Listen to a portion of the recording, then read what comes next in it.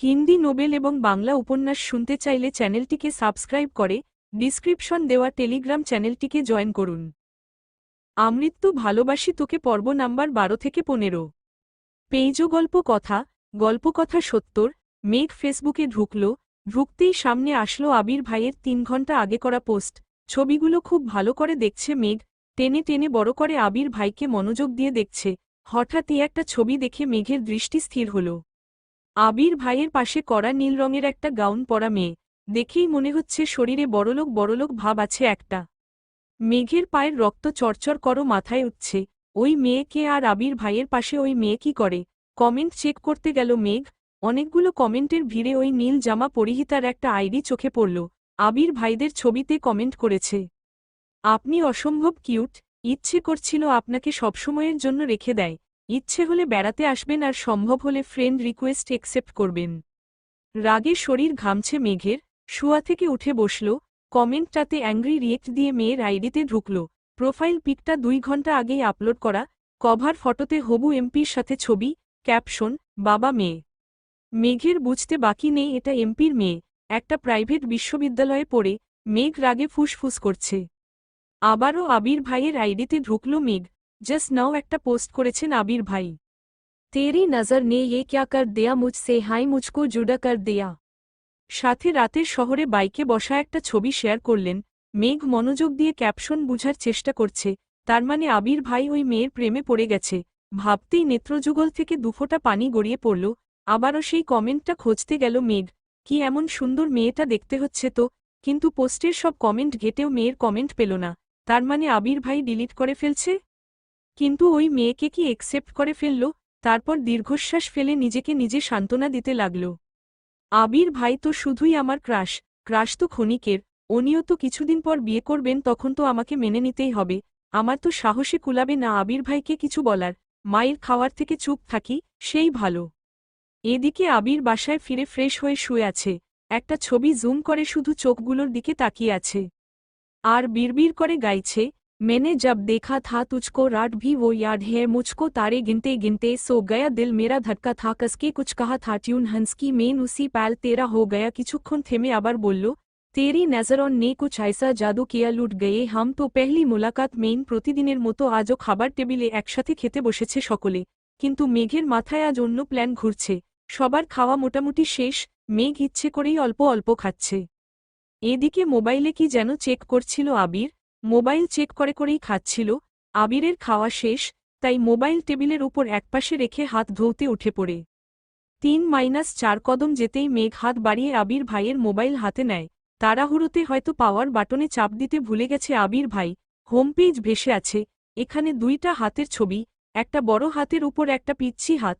মেঘ 1 সেকেন্ড তাকালো ছবিটার দিকে, কিন্তু এখন ছবি নিয়ে গবেষণা করার সময় না। তাই মেঘ তাড়াতাড়ি ফেসবুকে ঢুকল। ফ্রেন্ড রিকোয়েস্টস অপশনে ঢুকতেই চোখে পড়ল কত ছেলে মেয়ের আইডি। সে খুঁজতে লাগল গত রাতের নীল জামা পরিহিতাকে। একটু নিচে যেতেই পেয়ে গেল প্রত্যাশিত ব্যক্তির আইডি। 1 সেকেন্ড না ভেবে ব্লক করে দিল তাকে। তাড়াতাড়ি ফেসবুক থেকে বের হয়ে ফোন রেখে দিল আগের জায়গায়। এবার মেঘ দীর্ঘশ্বাস ফেলল, মনে খুব শান্তি লাগছে এখন। আবির ভাই টেবিলের কাছে এসে মোবাইল নিতে নিতে মেঘের দিকে তাকাল। নিরুদ্বেগ কণ্ঠে বলল, যতক্ষণ সময় খাবার টেবিলে বসে থাকিস ততক্ষণ যদি তুই খাইতি, তাহলে আজ কঙ্কালের মতো থাকতি না। মোবাইল আর ব্যাগ নিয়ে অফিসের জন্য বেরিয়ে গেলেন। এদিকে মেঘ মুচকি হেসে বিড়বিড় করে বলল, আমি তো আপনার জন্যই বসে থাকি।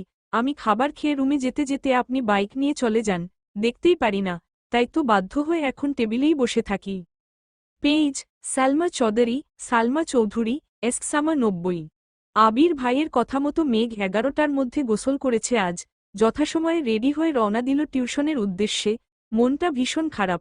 আজ থেকে একা একা টিউশন আর কোচিংয়ে পড়তে হবে এটা ভেবেই মন ভাঙছে বারবার।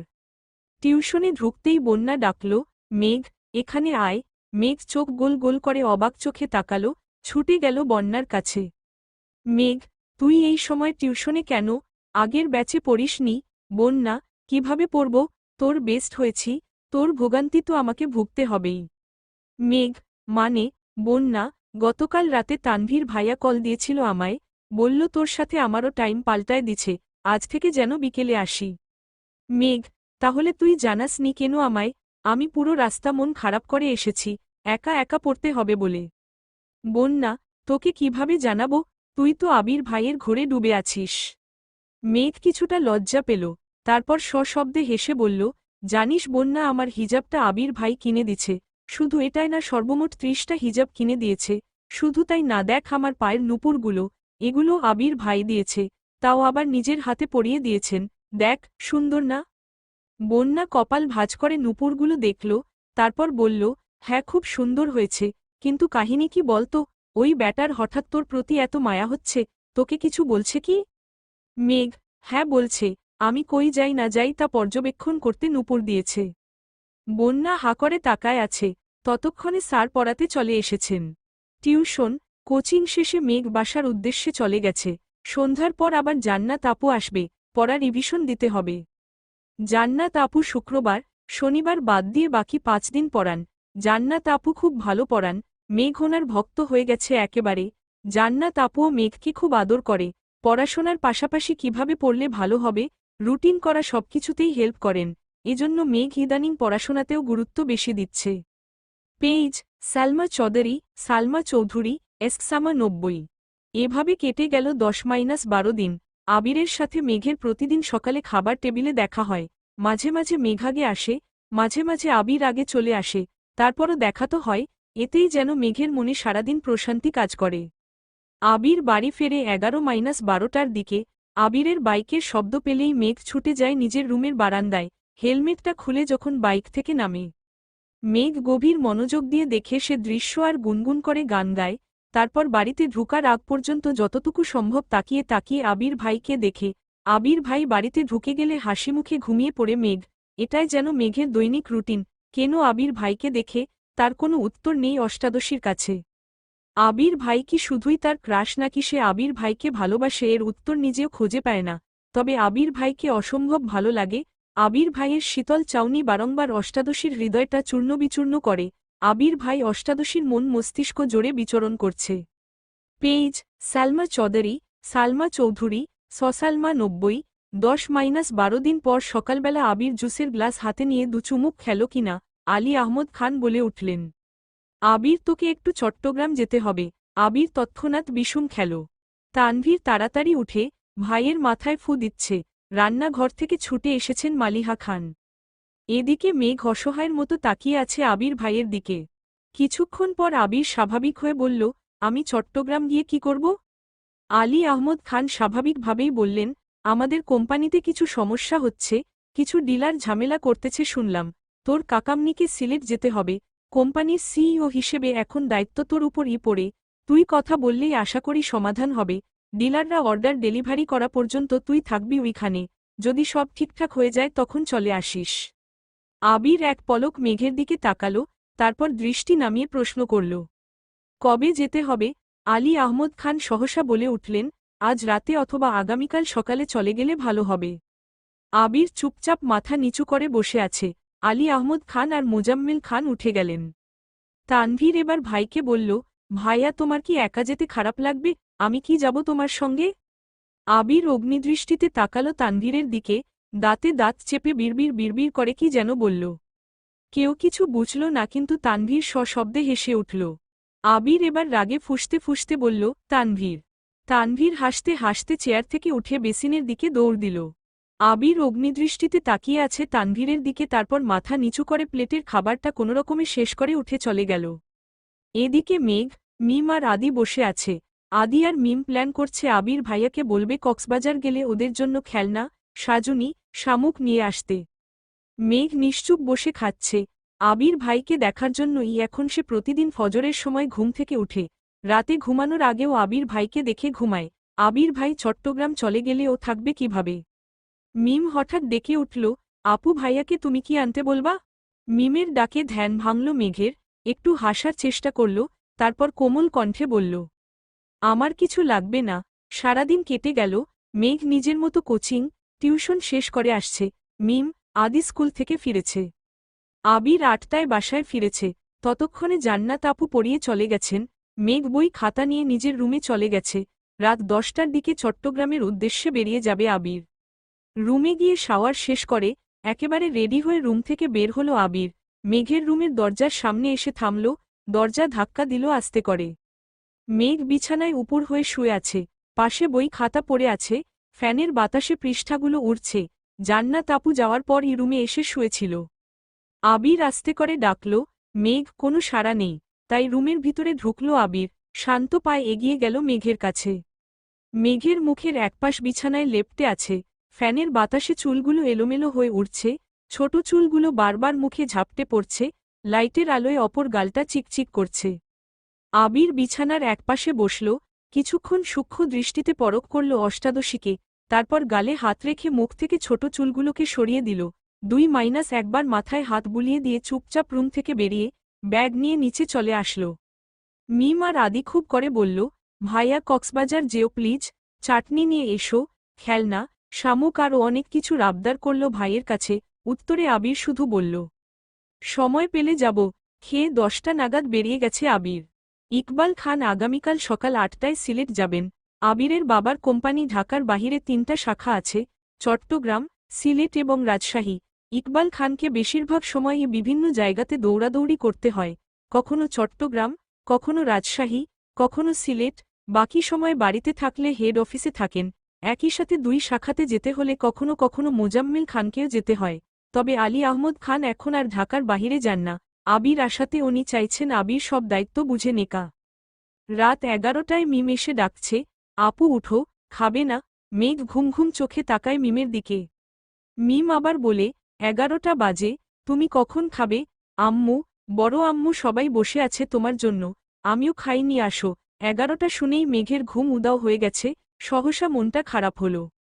চিন্তিত স্বরে বলল, আবির ভাই কি চলে গেছে? মিম হাসি মুখে বলছে, হ্যাঁ, ভাইয়া তো 10টার আগেই চলে গেছে। আমি আর আদি বলে দিছি আমাদের জন্য খেলনা, গিফট, চাটনি নিয়ে আসতে। তোমার জন্যও আনতে বলেছি। ভাইয়া বলেছে সময় পেলে যাবে কক্সবাজার। মেঘের মনটা চূর্ণবিচূর্ণ হয়ে গেছে, মনে মনে ভাবছে, কেন যে শুইতে গেলাম, না ঘুমালে তো আবির ভাইকে দেখতে পারতাম। আমি ঘুমিয়েছিলাম তাতে কি? আবির ভাই কি আমায় বলে যেতে পারত না? মিম আবার ডাকল, আপু আসো খেতে যাই। মেঘ কঠিন স্বরে বলল, আমার খিদা নেই, খাবো না। তুই খেয়ে নে, ওদের বল খেয়ে নিতে, আমি ঘুমাবো, আর লাইটটা অফ করে দিয়ে যা। মিম মন খারাপ করে চুপচাপ লাইট অফ করে চলে গেল। এদিকে মেঘ ফুপিয়ে ফুপিয়ে কাঁদছে, কিছুক্ষণ পর নিজে নিজেই ভাবছে, আবির ভাই তো আমায় নিয়ে ভাবেনি না, ভাবলে তো আমাকে ডেকে বলেই যেতেন, তাহলে আমি কেন ওনার জন্য কান্না করছি? আর কাঁদব না আমি।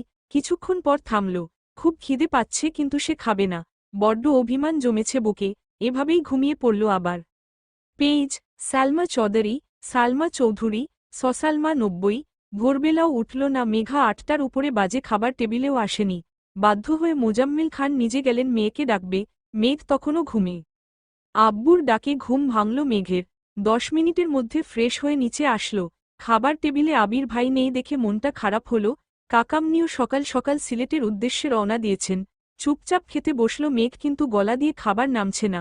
কোনো রকমে অল্প কিছু খেয়ে উঠে পড়ল। রুমে গিয়ে পড়ার চেষ্টা করল, কিন্তু পড়া মাথায় ঢুকছে না। মাথায় শুধু আবির ভাই ঘুরছে। আবির ভাই কেন বলে গেল না? এখন আবির ভাই কোথায় আছেন, খেয়েছেন কি না, এসব চিন্তায় ব্যস্ত হল। একটু পরপর ডাটা অন করে ফেসবুকে ঢুকছে, কিন্তু আবির ভাই নেটে নাই, কোনো আপডেটও নেই। 10 মিনিট পর পর মেঘ ফেসবুক চেক করছে, কিন্তু তাতে কোনো লাভ হচ্ছে না।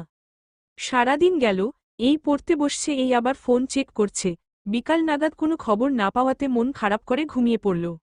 আবির চট্টগ্রাম এসে অফিসের কাজে ব্যস্ত হয়ে পড়েছে।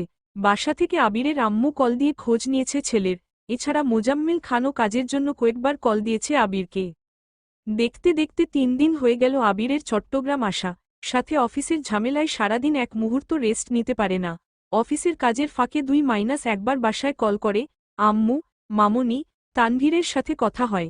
মিম আর আদির এক কথা, ভাইয়া কক্সবাজার যেও প্লিজ, আমাদের জিনিসগুলো নিয়ে এসো। কিন্তু মেঘ যেন নিখোঁজ। আবির বিদেশে থাকাকালীন তানভীর বাসায় না থাকলে যেই মেয়ে একাই সারা বাড়ি মাতিয়ে রাখত, এখন আবির চট্টগ্রাম। তানভীর সকালে বের হয়ে পার্টি অফিসে আর ফেরে 10টার দিকে। বাবা চাচাও সারাদিন অফিসে থাকে, তারপরও মেঘকে সারাদিনে খুঁজে পাওয়া যায় না।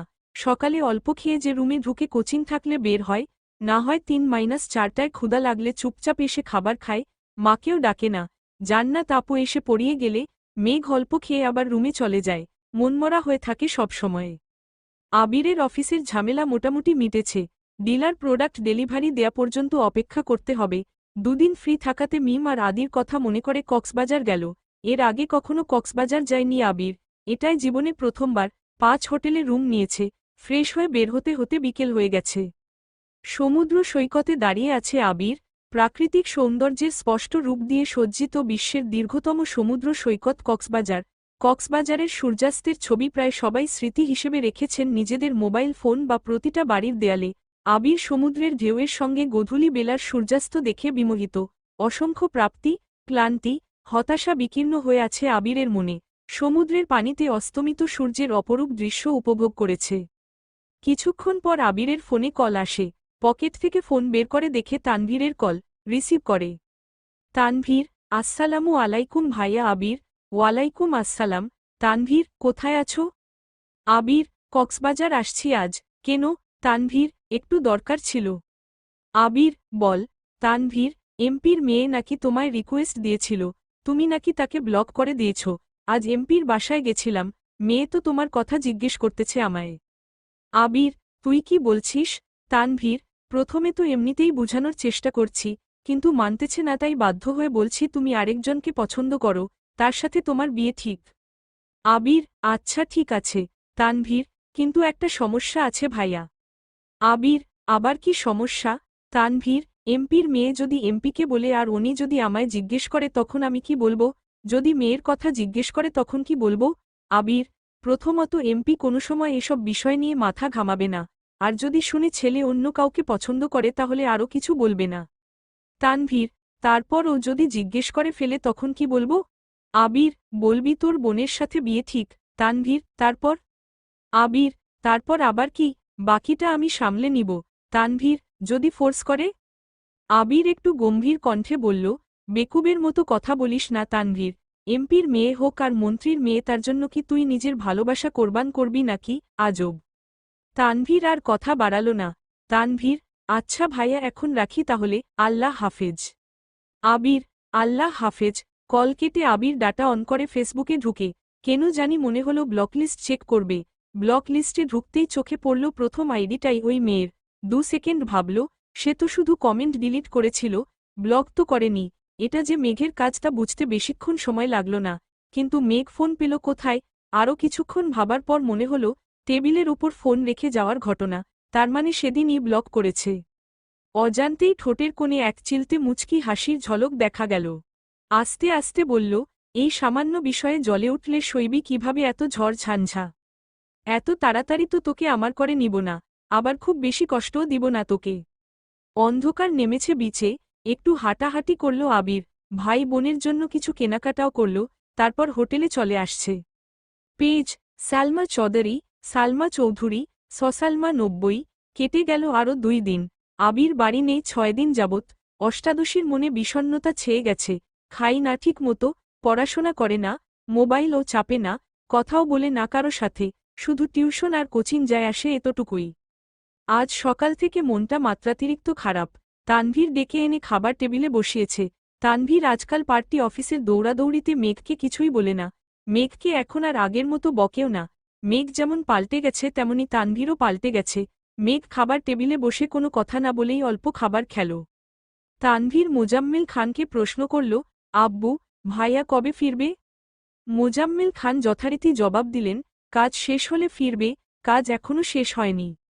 মেঘের হৃদয় রক্তক্ষরণ হচ্ছে। কয়েকটা দিনেই আবির ভাইয়ের শূন্যতা খুব করে ভোগাচ্ছে অষ্টাদশীকে।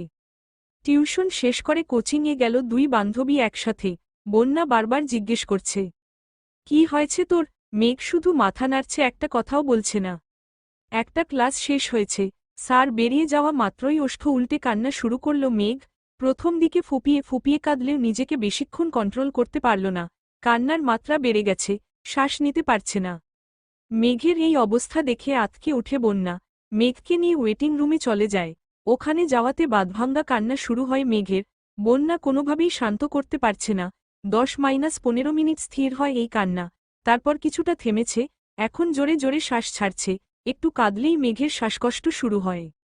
বন্যা মাথায় হাত বুলাতে বুলাতে শান্ত কণ্ঠে বলল, কি হয়েছে তোর, এভাবে কান্না করছিস কেন?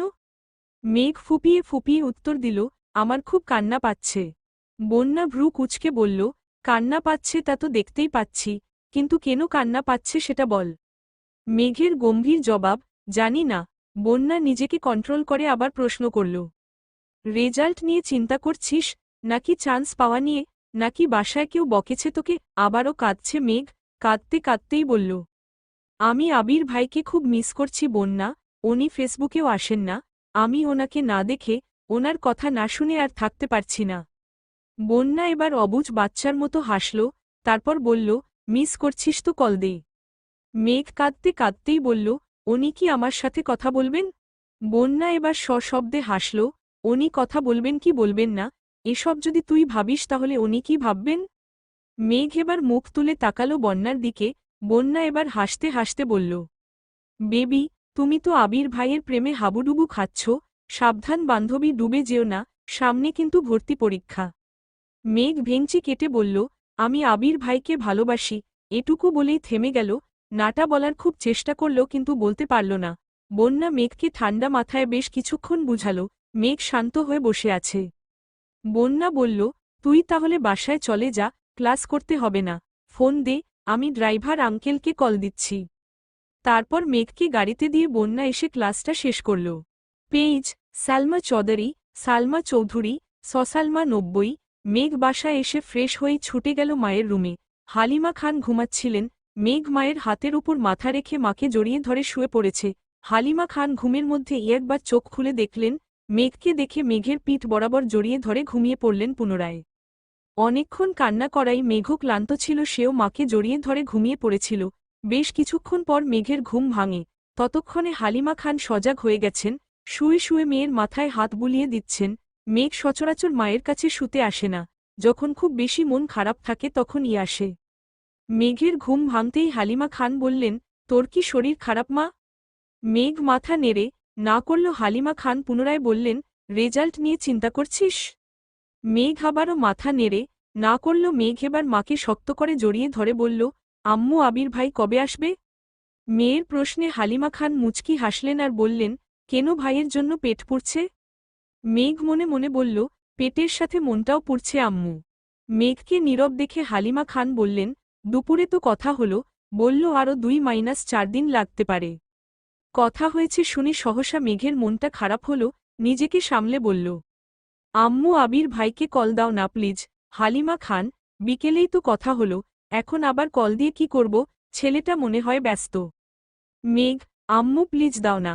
হালিমা খান নিজের ফোন হাতে নিয়ে কল দিল আবিরকে। লাউড স্পিকারে দিয়েছেন, কয়েকবার রিং হতেই রিসিভ হল। আবির, আসসালামু আলাইকুম মামুনি। আবির ভাইয়ের কণ্ঠ শুনে মেঘের বক্ষস্পন্দন জোরালো হল। হালিমা খান, ওয়ালাইকুম আসসালাম। ব্যস্ত আছিস বাবা? আবির, হ্যাঁ কিছুটা, কেন? হালিমা খান, মেঘ একটু কথা বলবে তোর সাথে। আবির, ঠিক আছে দাও। হালিমা খান মেঘের দিকে ফোন এগিয়ে দিলেন। মেঘ কাপা কাপা হাতে ফোন নিল, সঙ্গে সঙ্গে লাউডস্পিকার অফ করে দিল মেঘ। মেঘ ধীর কণ্ঠে বলল, হ্যালো। আবির তৎক্ষণাৎ রেগেমেগে বলল, হ্যালো কি রে, প্রথমে কল দিয়ে সালাম দিতে হয় এটাও জানিস না? আবিরের ধমকে চুপসে গেল মুখটা, আস্তে ধীরে বলল, আসসালামু আলাইকুম। আবির গম্ভীর কণ্ঠেই উত্তর দিল, ওয়ালাইকুম আসসালাম। মেঘ এবার কাপা কাপা গলায় বলল, কেমন আছেন আবির ভাই? আবির কিছুটা স্বাভাবিক হয়ে বলল, আলহামদুলিল্লাহ ভালো, তুই কেমন আছিস? মেঘ দীর্ঘশ্বাস ফেলে উত্তর দিল, আলহামদুলিল্লাহ। দুজনেই কয়েক সেকেন্ড নীরবতা পালন করল। আবির নীরবতা ভেঙে রাশভারী কণ্ঠে শুধাল, তোর ফোন দিয়ে কল দিতে পারিস না? মামনির ফোন থেকে দিতে হলো কেন? মুখের উপর মেঘ বলে ফেলল, আপনার নাম্বার নাই আমার কাছে। আবির এবার দীর্ঘশ্বাস ফেলল, গম্ভীর কণ্ঠে জবাব দিল, রাখছি, ব্যস্ত আছি আমি। এই বলে কল কেটে দিল। মেঘ আহাম্মকের মতো ফোনের দিকে তাকিয়ে রইল, বুঝে উঠতে পারল না ব্যাপারটা। আবির ভাইয়ের নাম্বার নেই এই কথা শুনে রেখে দিল নাকি সত্যিই ব্যস্ত, এটা ভেবে পাচ্ছে না অষ্টাদশী। ফোনের স্ক্রিনে ভেসে আছে আবির নামে সেভ করা নাম্বারটা। মেঘ মনে মনে নাম্বারটা মুখস্থ করতে ব্যস্ত হল, তারপর মাকে ফোন দিয়ে নিজের রুমের দিকে দৌড় দিল। নিজের ফোনে আবির ভাইয়ের নাম্বারটা লিখে নামের অপশনে লিখল, আমার আবির সাথে লাভ ইমোজি কিছুটা দূরে লিখল ভাই। সেভ করল নাম্বারটা। আবির ভাইয়ের সাথে কথা বলেছে, এই খুশিতে মেঘ সারা বাড়ি ছুটছে। কে বলবে এই মেয়েটায় 1 সপ্তাহ রুম থেকে বের হয়নি, কারো সাথে কথা পর্যন্ত বলেনি। আজ সে মিম আর আদিকে নিয়ে দুষ্টামি খুনসুটিতে মগ্ন। মিম আর আদিও যেন আপুকে এভাবে পেয়ে বড্ড খুশি। হঠাৎ জান্নাত আপু বাড়িতে ঢুকল। মেঘকে এত হাসি খুশি দেখে জান্নাত আপুও খুশি হল। এই 1 সপ্তাহে জান্নাত আপু যতদিন এসেছে প্রতিদিনই মেঘ মনমরা হয়ে বসে থাকে, পড়া ধরলে পারলে বলে, না পারলে চুপ থাকে। আপু বুঝালেও সাড়া নেই, বুঝছে কি না তাও বলে না। জান্নাত আপু কম করে হলেও 20 বার জিজ্ঞেস করে, মেঘ তোমার কি হয়েছে বলো। মেঘ কিছুই বলে না। এতে জান্নাত আপুও চিন্তিত ছিল। উনি নিজে থেকেই অনেক বুঝিয়েছেন, রেজাল্ট নিয়ে যেন চিন্তা না করে, অ্যাডমিশন টেস্ট নিয়ে যেন না ভাবে, কিন্তু মেঘ এসবে কোনো সাড়া দেয়নি। তাই আজ মেঘকে খুশি দেখে জান্নাত আপুর মুখে সহসা হাসি ফুটে উঠেছে। জান্নাত আপু ডাকলে মেঘ, সোফায় বসা মেঘ পিছন ফিরে তাকিয়ে জান্নাত আপুকে দেখে ছুটে আসে। মেঘ, আপু কেমন আছো? জান্নাত, আলহামদুলিল্লাহ ভালো। তুমি কেমন আছো? মেঘ, আলহামদুলিল্লাহ ভালো। আপু তুমি একটু বসো, আমি রুম থেকে বই খাতা নিয়ে আসছি। বলেই সিঁড়ি দিয়ে ছুটছে রুমের দিকে। জান্নাত হাস্যোজ্জ্বল মুখে তাকিয়ে আছে মেঘের দিকে। সত্যি বলতে ছটফটে স্বভাবের মেয়েরা হঠাৎ শান্ত হয়ে গেলে সবার নজরে পড়ে যায়। মেঘের ক্ষেত্রেও তেমনটাই হয়েছে। জান্নাত আপুর পড়ায় মেঘের সম্পূর্ণ মনোযোগ আছে আজ। পড়ানোর আগেই সব বুঝে ফেলছে। জান্নাত আপু পড়িয়ে যাওয়ার পর আরও 1-2 ঘন্টা মিম আর আদির সাথে আড্ডা দিয়েছে মেঘ। নিজেও পড়ছে না, ওদের কেউ পড়তে দিচ্ছে না। এতে অবশ্য মা, কাকিয়া কিছুই বলছে না। মেয়েটা যে হাসিখুশি আছে এতেই সবার ভালো লাগছে। মোজাম্মেল খান এবং আলী আহমদ খান বাসায় ফিরেছেন কিছুক্ষণ আগে। ফ্রেশ হয়ে খেতে বসেছেন। মেঘও আজ সবার সাথে খেতে বসেছে। আবির ভাইয়ের চেয়ারের দিকে তাকিয়ে মুচকি হাসল।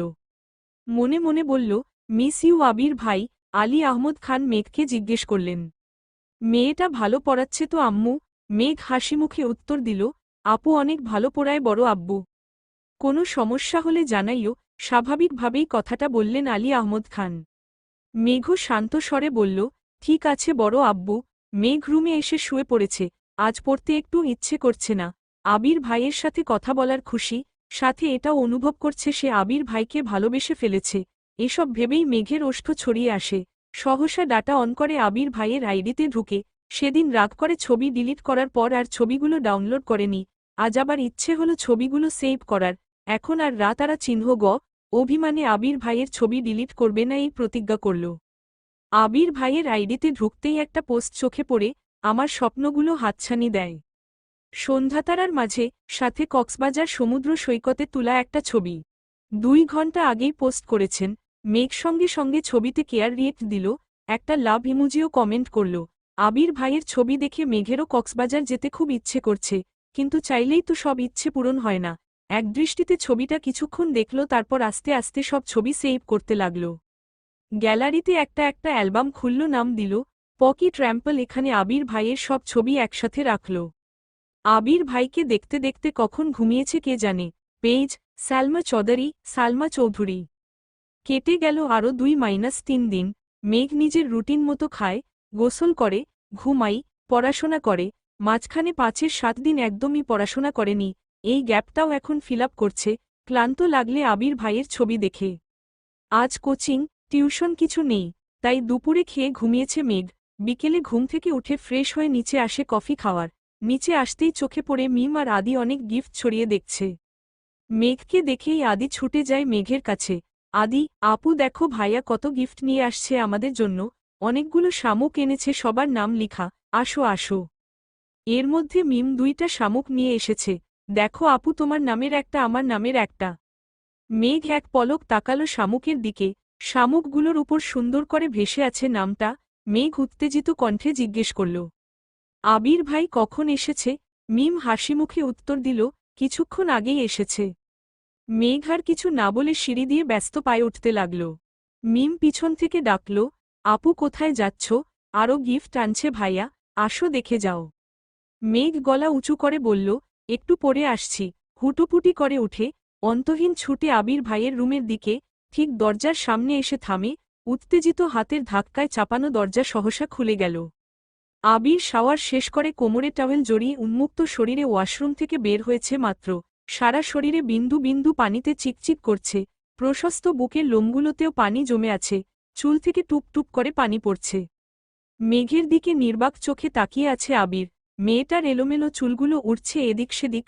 এই কয়দিনেই অষ্টাদশীর মুখটা মলিন হয়ে গেছে, গায়ের রঙও কিছুটা চেপে গেছে। গভীর দৃষ্টিতে তা পরখ করতে ব্যস্ত আবির।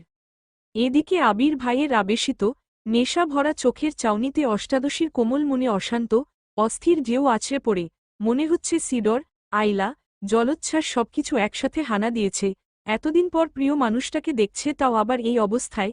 আবির ভাইকে এই অবস্থায় দেখে মেঘের অন্তঃস্থলে শিহরণ জাগায়। মেঘের মনে আকস্মাৎ গান বেজে উঠল, দৃষ্টিতে যেন সে রাসপুতিন। খুন হয়ে যায় আমি প্রতিদিন নামধাম জানি, সাথে তার সবকিছু, তবুও নিলাম আমি তার পিছু। টেনে হিচড়ে অনেক কষ্টে দৃষ্টি নামালো মেঘ। বক্ষস্পন্দন জোরালো হল, অষ্টাদশীর ভেতরটা ভরে এলো, এ যেন প্রশান্তির হাওয়া। আবির তখনও দুর্বোধ্য দৃষ্টিতে তাকিয়ে আছে অষ্টাদশীর পানে। মেঘ গলা খাকারি দিয়ে দীর্ঘশ্বাস ফেলে মাথা নিচু করে কাপা কাপা কণ্ঠে বলল, সরি। আবিরের এবার হুঁশ ফিরে অবাক চোখে তাকিয়ে কপাল কুঁচকে বলল, সরি কেন? মেঘ কণ্ঠ খাদে নামিয়ে জবাব দিল, অসময়ে চলে আসছি তাই। এটুকু বলেই চলে যেতে নেয় মেঘ। আবির হঠাৎই গম্ভীর গলায় বলে উঠল, দাঁড়া, কি বলতে এসেছিলি বল। মেঘ তৎক্ষণাৎ শীতল কণ্ঠে বলল, ভুলে গেছি। আবির কয়েক সেকেন্ড থাকল, ঠোঁটের কোনায় দুষ্টু হাসি, নিরুদ্বেগ কণ্ঠে বলল, মনে করে বলে, তারপর যাবি। আবির ভাইয়ের কথা শুনে মেঘের হাত পা কাপা কাপি শুরু হয়ে গেছে। আবির ভাই থাপ্পড় দিবে না তো? মেঘ নরম স্বরে আস্তে ধীরে আবারও বলল, সরি আবির ভাই, এভাবে আর রুমে ঢুকব না, সরি। আবির কণ্ঠ দ্বিগুণ ভারী করে বিরক্তি নিয়ে বলল, এত ন্যাকামি করছিস কেন মেঘ? তুই কি চাচ্ছিস এখন আমি চিৎকার দিয়ে বাড়ির সব মানুষ জড়ো করে বলি, ওমা গো, ও বাবা গো, মেঘ আমার সর্বনাশ করে ফেলছে, আমায় খালি গায়ে দেখে ফেলছে, এখন আমার কি হবে? আবির ভাইয়ের মুখে এমন কথা শুনে মেঘ হা করে তাকালো আবির ভাইয়ের দিকে। আবির ভাইয়ে খালি গা দেখে মনের ভেতর পুনরায় উতালপাতাল শুরু হয়ে যাচ্ছে। মেঘের সমস্ত গায়ে স্রোতের মতো শীতল হাওয়া বয়ে যায়। তৎক্ষণাৎ মাথা নিচু করে ফেলল মেঘ। আবির শক্ত কণ্ঠে আবার বলল, আমি মেয়ে না যে আমায় এই অবস্থায় দেখে ফেলছিস বলে মানসম্মান চলে যাবে? তুই কি বলতে আসছিলি সেটা বল। মেঘ এবার মাথা নিচু করে কাপা কাপা গলায় আস্তে আস্তে বলল, আপনাকে দেখতে আসছিলাম। আবির ভ্রু কুঁচকে তাকালো, তৎক্ষণাৎ বলে উঠল, দেখতে আসছিস দেখ, খোঁজ নিয়ে আমার, এত ফর্মালিটি করছিস কেন? মেঘ নরম স্বরে বলল, দেখেছি এখন আসি। ঘুরে এক পা ফেলতেই আবির ডাকল, তোর সাথে কথা আছে, বসো এসে। মেঘ ঠায় দাঁড়িয়ে পড়ল সেখানে। মেঘের এবার রক্ত সঞ্চালন বন্ধ হওয়ার পরিস্থিতি হল, মুখ তুলে তাকাতেও পারছে না, মনে মনে বলছে, আল্লাহ বাঁচাও। আবির আবার বলল, বসতে বললাম তো তোকে।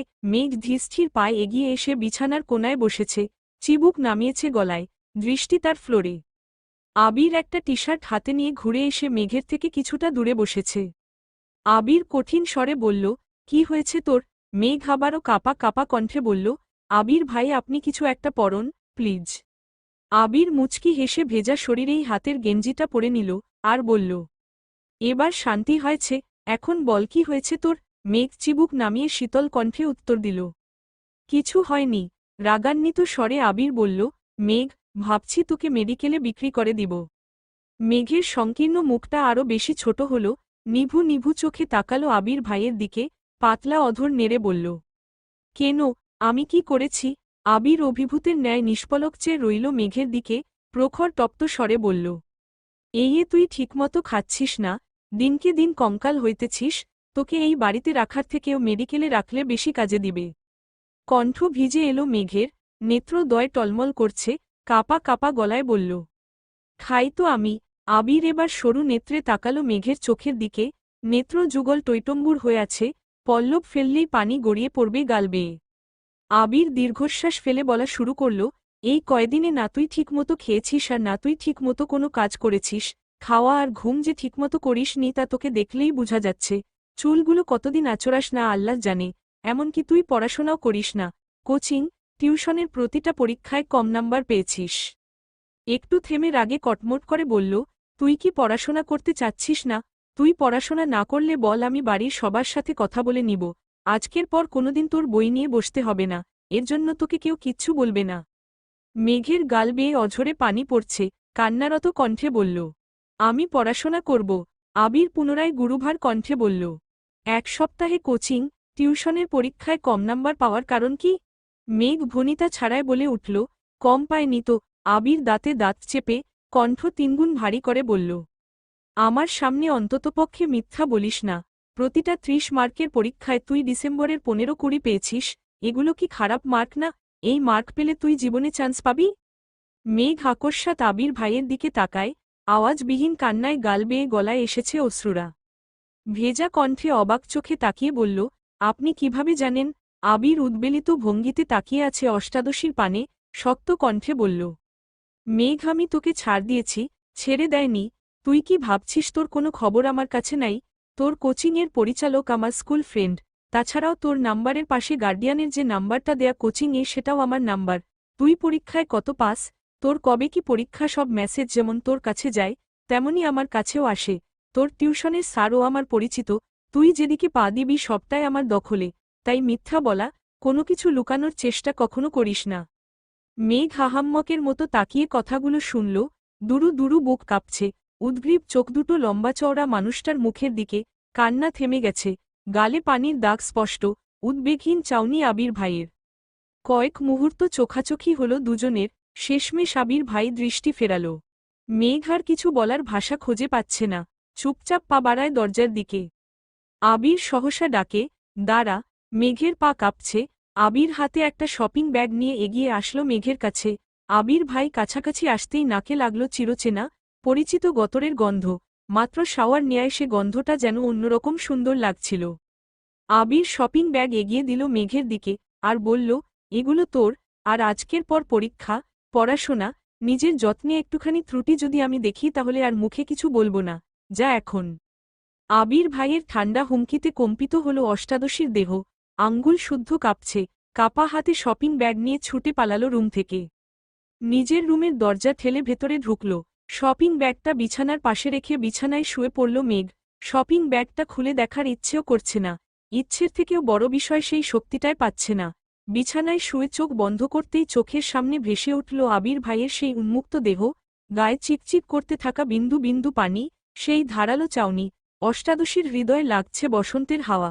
হৃৎপিণ্ডের কম্পনের মাত্রা এতটাই তীব্র যা সহ্য করতে না পেরে মেঘ ডানহাত দিয়ে চেপে ধরেছে, কিন্তু তাতেও যেন কম্পন থামছে না। সহসা চোখ মেলে তাকালো মেঘ। চোখের সামনে থেকে যেন আবির ভাই সরছেই না। চোখ বন্ধ করলেও আবির ভাইকে দেখছে, চোখ মেলে তাকালেও আবির ভাইকেই দেখছে, আর বারবার মাথায় আসছে আবির ভাইয়ের বলা কথাগুলো। মেঘ তোকে ছাড় দিয়েছি, ছেড়ে দেয়নি, আবার মনে হচ্ছে তুই যেদিকে পা দিবি সবটাই আমার দখলে। এসব ভেবেই বারবার কেঁপে উঠছে অষ্টাদশীর সাথে এক অন্যরকম অনুভূতি কাজ করছে। প্রতিটা মেয়েই চাই তার প্রিয়জন তাকে আগলে রাখুন, চোখে চোখে রাখুক। তেমনি মেঘের কাছে আবির ভাইও প্রিয়মানুষ। আবির ভাই যদি বোনের নজরেও দেখে তারপরতে মেঘকে নিয়ে ভাবে, এটা ভেবেই মানসিক শান্তি পাচ্ছে মেয়েটা। এভাবে চলল 30 মিনিটের উপরে, তারপর ঘুমের দেশে তলিয়ে গেল মেঘ। উঠল ঠিক সন্ধে নামার আগে, ফ্রেশ হয়ে এসে তৎক্ষণাৎ শপিং ব্যাগটা টেনে আনল নিজের কাছে। শপিং ব্যাগটা উল্টে সবগুলো জিনিস বিছানার উপর ফেলল। অনেক ছোট ছোট জিনিস এলোমেলো হয়ে পড়ে আছে বিছানার উপর, কম করে হলেও 15-20টা হাতের ব্রেসলেট, মুক্তার মালা, কানের দুলের সংখ্যা অগণিত। দেখে মনে হচ্ছে উনি বেছে দেখার সময় পাননি, যা পেয়েছেন সব নিয়ে নিয়েছেন। বড় একটা শামুকে লিখা মাই পারস্যুট, আরেকটা শামুকে লিখা মাহদিবা_খান_মেঘ। এছাড়াও অসংখ্য ছোট ছোট শামুক, একটা কাচের বয়ম ভরা, যা সবগুলোই আবির নিজের হাতে কুড়িয়ে এনেছে। এগুলো বাদের আরও যা যা সাজার জিনিস ছিল, খাবার জিনিস যেগুলোর টেস্ট ভালো, এগুলো দিয়েছে মেঘকে। মেঘ বিস্ময়কর চোখে তাকিয়ে দেখছে সবগুলো জিনিস, প্রিয় মানুষের নাম অথবা প্রিয়জনের কণ্ঠ। যেখানে আকাশ সম মন খারাপ দূর করতে সক্ষম, সেখানে তার দেয়া সামান্যতম উপহার ও অমূল্য সম্পদ। আবির ভাই যে তার কথা ভেবে আলাদাভাবে জিনিসগুলো এনেছেন, এতেই যেন অষ্টাদশী খুশিতে আত্মহারা হয়ে গেছে। একটা মুক্তার মালা গলায় পড়ল, দুহাতে 2টা ব্রেসলেট, কানেও দুল পড়ল 1 সেট, ঠোঁটে হালকা গোলাপি কালার লিপস্টিকও দিয়েছে। উত্তেজিত পায়ে বাহিরে বের হল নিজের রুম থেকে। সিঁড়ি দিয়ে নামতে যাবে তখনই চোখ পড়ে আবির ভাই উঠতেছে সিঁড়ি দিয়ে, হয়তো কোথাও গিয়েছিলেন। মেঘ সিঁড়ি দিয়ে আর নামে নিঠায় দাঁড়িয়ে আছে সেখানে, বুকের ভেতর ধুকপুক করছে। আবির ভাই কাছাকাছি আসতেই উত্তেজিত কণ্ঠে বলে উঠল, আবির ভাই, আমাকে কেমন লাগছে? আবির সিঁড়ি থেকে চোখ তুলে মেঘের দিকে তাকালো, কয়েক সেকেন্ড পর চোখ নামিয়ে বলল, ভালো। এমন ভাবলেশহীন উত্তরে মেঘের উত্তেজনা মিলিয়ে গেছে, মলিন হয়ে গেল মুখটা, তবুও কিছুটা স্বাভাবিক স্বরে বলল, থ্যাংক ইউ আবির। ওয়াই? আবির নিজের মতো রুমের দিকে চলে যায়। মেঘ কিছুক্ষণ এখানেই দাঁড়িয়ে থাকে আর মনে মনে বলে, সুন্দর লাগছে বললে কি আপনার জাত চলে যেত? হিটলার একটা। মেঘ কিছুক্ষণ দাঁড়িয়ে মনে মনে আবির ভাইকে খুব করে বকতারা চিহ্নল, তারপর মন শান্ত করে সিঁড়ি দিয়ে নেমে চলে গেল মিমের রুমে। মিম এখনও নিচেই আছে, 2-3 দিনের মধ্যে উপরের রুমে চলে আসবে। মেঘ মিমের রুমের দরজায় দাঁড়াতেই মিম চোখ তুলে তাকালো, মেঘকে দেখে উত্তেজনায় চোখ বড় বড় করে তাকালো, সহসা উঠে এলো কাছে। মিম, আপু মাশাআল্লাহ, তোমাকে অনেক সুন্দর লাগছে, মুক্তার মালাতে তোমার মুখটা চকচক করছে। মেঘ দাঁত বের করে হাসল। মিম তৎক্ষণাৎ ড্রেসিং টেবিলের ড্রয়ার থেকে শপিং ব্যাগ বের করে মেঘের হাতে দিল। মেঘ জিনিসগুলো বের না করেই দেখার চেষ্টা করল, মিমের জন্য আনা জিনিস মেঘের 3/1 হবে। মেঘ স্বাভাবিক কণ্ঠে বলল, সবগুলো সুন্দর হয়েছে, তুই একশেট পর, তারপর আমরা ছবি তুলব নে। মিম ও হাসি মুখে রাজি হয়ে গেল। মিম হালকা সাজুগুজু করে নিল, তারপর দুই বোন সোফায় বসে ছবি তোলায় ব্যস্ত হল। ওদের হাসির শব্দ শুনে আদিও রুম থেকে ছুটে এসেছে। আদিকে সহ 3 ভাই বোন বেশ কিছু ছবি তুলল, তারপর ছবি দেখে খুনসুটি করতে লাগল, কাকে কোন ছবিতে কেমন লাগছে এসব নিয়ে। আবির সিঁড়ি দিয়ে ব্যস্ত পায়ে নামছে, মেঘের চোখে পড়তেই আকস্মাৎ হাসি থেমে গেল মেঘের। মাথা নিচু করে বিড়বিড় করে বলল, তোরা রুমে গিয়ে পড়তে বসো, আমিও রুমে চলে যাই।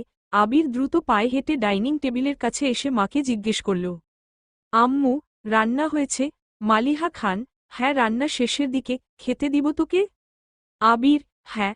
ওইদিকে মেঘ চুপি চুপি সিঁড়ি দিয়ে উঠতে থাকে। বিকেলেই আবির ভাই পড়া নিয়ে কথা শুনাইছে, এখনও আড্ডা দিচ্ছে, দেখলে নিশ্চিত মাইর দিবে, এই ভয়ে রুমে যেতে নেয় মেঘ। 4-5টা সিঁড়ি উঠল কি না, আকস্মাৎ আবির ডেকে উঠল, মেঘ, এদিকে আয়। আবির ভাইয়ের কথায় থমকে দাঁড়ায় মেঘ, মনে মনে আল্লাহ আল্লাহ করছে। ধীরগতিতে নিচে নেমে ডাইনিং টেবিলের কাছে আসলো। আবির পকেটে হাত দিয়ে টেবিলে হালকা ধাক্কা দিয়ে দাঁড়িয়ে আছে। দাঁড়ানোর স্টাইল দেখে মেঘ পুরাই ফিদা। অষ্টাদশীর মনের ভেতর ধুকপুক শুরু হয়েছে। মাথা নিচু করে দাঁড়ালো মেঘাবীর গম্ভীর কণ্ঠে বলল, খেতে বসো। মেঘ ভয় ভয় তাকিয়ে নরম স্বরে বলল, খিদে নেই, পড়ে। এতটুকু বলতেই চোখ পড়ল আবির ভাইয়ের চোখের দিকে, চোখ রাঙিয়ে তাকিয়ে আছে। মেঘের হাত পা কাঁপতে শুরু করেছে, আর কিছু বলার সাহস করল না, চুপচাপ চেয়ার টেনে বসে পড়ল। আবিরও এবার টেবিল ঘুরে নিজের চেয়ার টেনে বসল। মেঘ মাথা নিচু করে চুপচাপ বসে আছে। আবির একবার মেঘের দিকে তাকাচ্ছে, আবার ঘাড় ঘুরিয়ে রান্নাঘরে দেখছে। মালিহা খান আর হালিমা খান টেবিলে খাবার রাখতে ব্যস্ত হল। আবির একটা প্লেটে ভাত দিয়ে এগিয়ে দিল মেঘের দিকে, ছোট করে বলল, নে খা। মেঘ কোমল হাতে প্লেট ধরতে হাত বাড়ায়, কিন্তু হাত পায়ের সাথে শরীরের কাঁপাকাঁপির তীব্রতায় প্লেট পড়ে যেতে নেয়। আবির ছেড়ে দিতে নিয়েও মেঘের এই অবস্থায় আবার প্লেট ধরতে ব্যস্ত হল। রাগান্বিত কণ্ঠে বলল, তোর শরীরে কতটুকু শক্তি বুঝো এখন? হাত বাড়িয়ে মেঘের সামনে প্লেট রেখে নিজে খাওয়াতে মনোযোগ দিল। আবির ভাইয়ের কথায় মেঘ মাথা নিচু করে ছোট করে ভেঙচি কাটল, আর বিড়বিড় করে বলল, আপনি সামনে আসলেই তো আমার সব শক্তি বিলীন হয়ে যায়, আমি কি করব? আবির তীক্ষ্ণ দৃষ্টিতে তাকালো মেঘের দিকে, কণ্ঠ দ্বিগুণ ভারী করে বলল, তুই কি ভাত খাবি, নাকি থাপ্পড় খাবি? মেঘ আবির ভাইয়ের কথায় আতকে উঠে, আস্তে আস্তে খাওয়া শুরু করে। মেঘের এই ধীরস্থির গতিতে খাওয়া দেখে আবির বেশ কয়েকবার তীক্ষ্ণ দৃষ্টিতে তাকিয়েছে, কিন্তু কিছু বলছে না। নিজের খাওয়া শেষ করে বেসিন থেকে হাত ধুয়ে এসে পুনরায় চেয়ারে বসল। মেঘ তখনও আস্তে আস্তে খাচ্ছিল, কিন্তু আবির ভাইয়ের আবার বসা দেখে বুকটা কেঁপে উঠে, খাওয়ার গতিটা কিছুটা বাড়িয়ে দিয়েছে। আবির বিস্ময়কর চোখে তাকিয়ে আছে অষ্টাদশীর দিকে, গলায় মুক্তার মালাতে জ্বলজ্বল করছে মুখটা, খুব মনোযোগ দিয়ে দেখছে মেঘের খাওয়া। মেঘ একপ্রকার নাকে মুখে খাবার শেষ করছে, কিন্তু শেষ হওয়ার আগেই আবির ভাই আবারও প্লেটে খাবার দিল। মেঘ থাপ্পড়ের ভয়ে বলতে চেয়েও কিছু বলতে পারছে না, বাধ্য মেয়ের মতো চুপ করে খাচ্ছে। এদিকে আবির মেঘের দিকে তাকিয়ে মুচকি মুচকি হাসছে। হালিমা খান আর মালিহা খান রান্নাঘরে কাজ করছিলেন, কিন্তু আবিরের এমন কর্মকাণ্ডে তারাও যেন খুশিই হয়েছেন। মেঘ বাড়ির কারো কথা শুনে না, বড় আব্বুর সামনে একটু সম্মানার্থে লক্ষ্মী মেয়ের মতো থাকে, তাছাড়া বাবা মা, কাকামনি, কাকিয়া কারো কথাই শুনে না। তানভীর এত বছর তারা চিহ্ন মকে একটু আধটু খাওয়াতো, কিন্তু সারাদিন মুখ ভোতা করে রাখত। তানভীর সারাদিন শেষে রাতের বেলা বোনের জন্য এটা সেটা কিনে এনে বোনের রাগ ভাঙাত। এত বছর পর আবির যেন দ্বিতীয় ব্যক্তি যে মেঘকে শাসন করে, জোর করে খাওয়ায়, আর মেঘও যেন বাধ্য মেয়ের মতো সবকিছু মেনে নেয়। তানভীর ভাইয়ার সামনে তেজ। আমৃত্যু ভালোবাসি তোকে এর পরের পর্বগুলো শোনার জন্য চ্যানেলটিকে সাবস্ক্রাইব করে, আর এই নোবেলের সকল আপডেটের জন্য ডেসক্রিপশন বক্সে দেওয়া টেলিগ্রাম চ্যানেলটিকে জয়েন করুন। আমাদের ভিডিওগুলো যদি আপনাদের ভালো লেগে থাকে তাহলে চ্যানেলটিকে সাবস্ক্রাইব করে ভিডিওতে লাইক করবেন, কমেন্টে জানাবেন আপনাদের কেমন লাগলো।